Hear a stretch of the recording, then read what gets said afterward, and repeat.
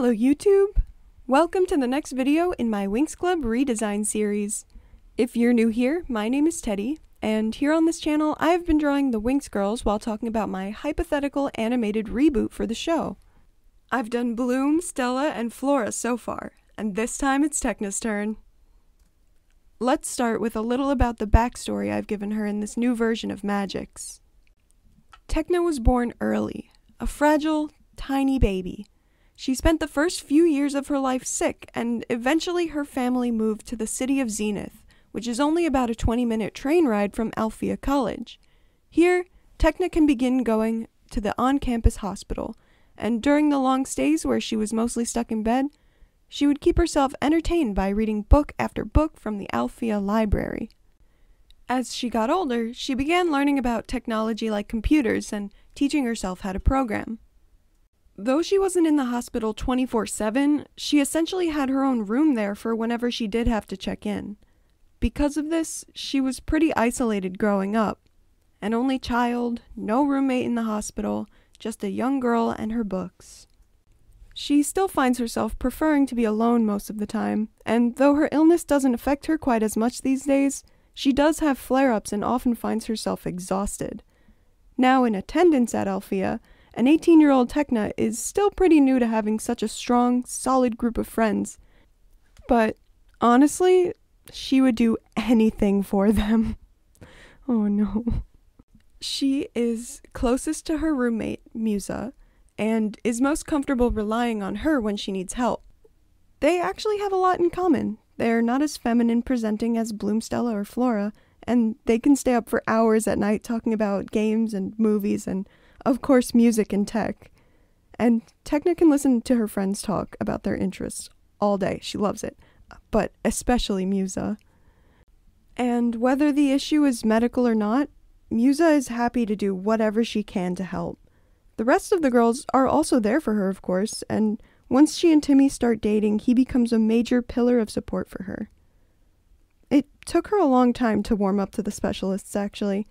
Even though they would come around all the time, she just didn't trust them at first. I love the scene where she and Timmy bond at that party in season 1 over both of them being more introverted and not knowing how to dance. I would definitely want something similar to happen for their first real moment of bonding, and then they would gradually talk more and start hanging out just the two of them. Their relationship would definitely be all about trust and comfort. And I think they would be more low-key in public than a lot of the other couples. They're just so cute together. Oh, actually, that reminds me. I will do videos for the specialists, but after I finish all 6 of the Winx girls, who should I do next? I was thinking of doing a speed run through some side characters, and then either the specialists or the tricks. Eventually, all the headmasters will get their own videos too, and the villains. Most of them will have younger and older designs. But now let's talk a bit about some of the design choices I made for Tecna. Because of her illness, it's hard for her to put on weight or muscle. She has a very sensitive stomach, and there's also just a pretty long list of foods she doesn't really like. So I wanted her body type to be thin in a way that's kind of unhealthy. This is not something that would be glamorized in the show. It would definitely be clear that she looks like that because she's sick.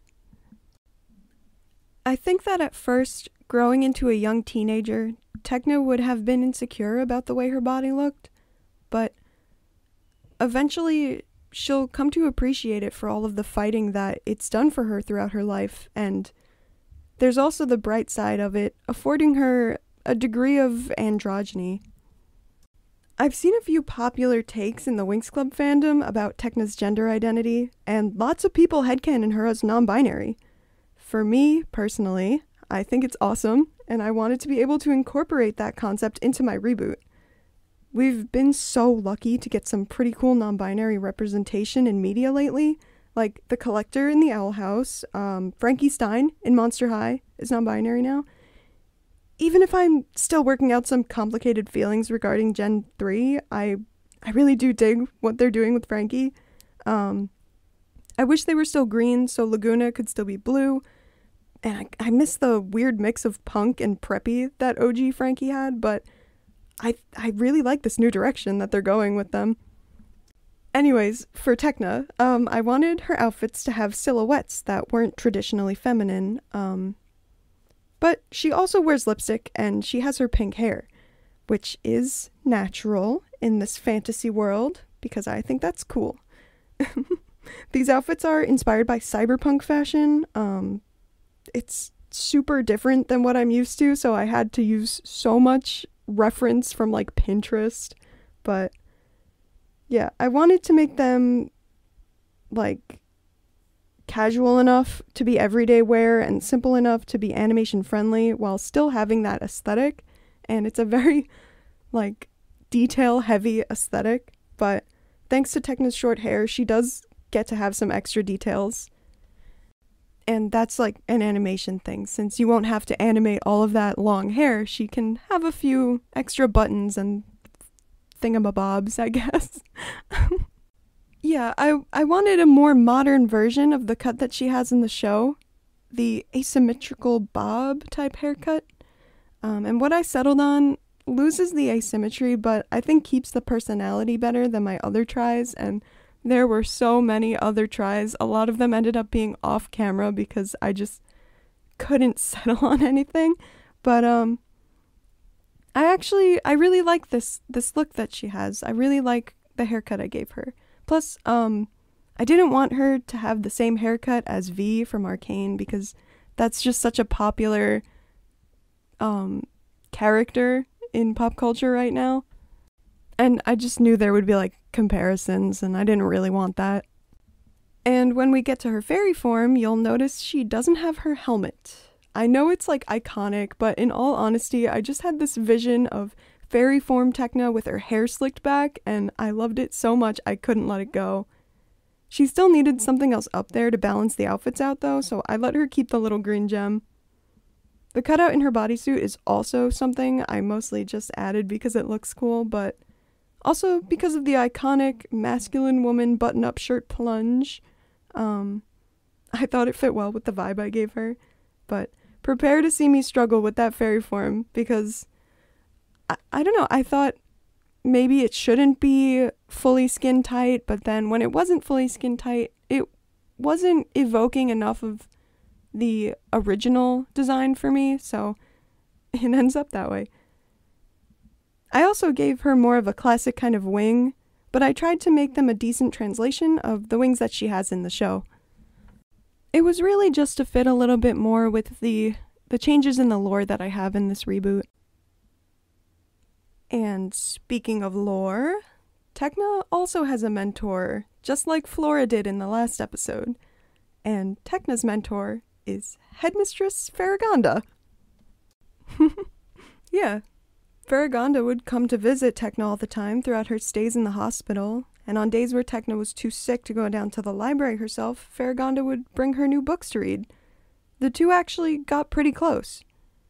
Eventually, when her wings manifested, Farragonda asked Tecna if she would like to be her apprentice and one day take over as guardian fairy of Alfea Library. This doesn't necessarily mean that she would have to be headmistress one day, but often the positions do go hand in hand. Tecna is very passionate about the preservation and availability of knowledge and information, so she was pretty excited to get this offer and said yes. Like, while Tecna does have an extensive digital database with her at all times, she also just knows an insane amount of things off the top of her head from spending so much time in what is essentially the Library of Alexandria. Alfea has the most extensive collection in really all of Magic's. However, though Tecna does love her position, she's worried that the other Winx girls will think it's lame. When they all meet for the first time in the dorm, Tecna tells them that she is the embodiment fairy of technology, and she would be the first because that is not a thing, but they all believe her except for Stella, who's skeptical.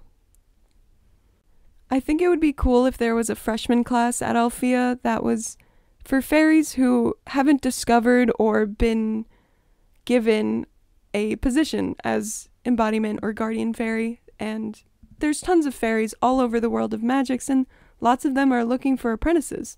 So maybe in this class that is designed to set up a mentor and an apprentice fairy, Tecna is told that she is going to be the first fairy of this kind or something, and that's what she tells them to hide the fact that she works at the school and she's embarrassed about it. But the truth would come out eventually. Bloom would start doing her digging into her past, and Tecna would help her find some obscure tome in the depths of the library, and everyone would start to question, Tecna, why do you know about this?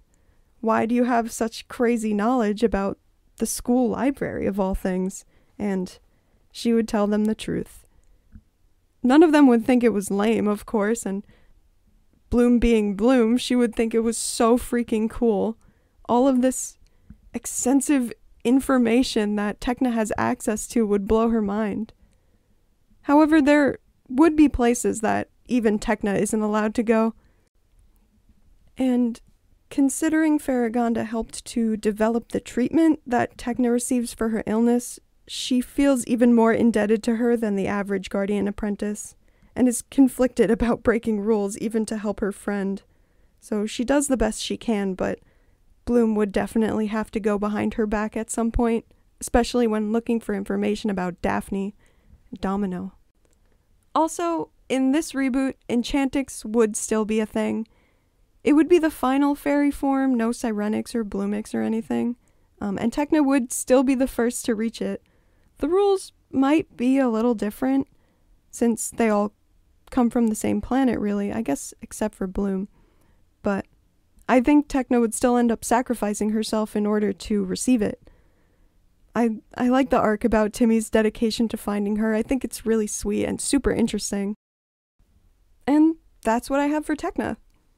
I struggled a lot getting the outfits to match her personal style, as it's so different from how I usually draw, but I'm really happy with her overall look, actually. I think her slicked back hair gives her some suave sophistication in her fairy form, and I really like her more androgynous style. I just want to mention, this reboot would be targeted for young adults, and fairy magic actually does have ties to gender. There's a lore reason for no male fairies at the time of the story, but that's a topic for another video. Probably Valtor's. Let me know in the comments what you think about her design and backstory, and how you feel about her as Faragonda's successor. Next video will be Musa, and we'll be talking some shipping and romance drama. See you then. Bye!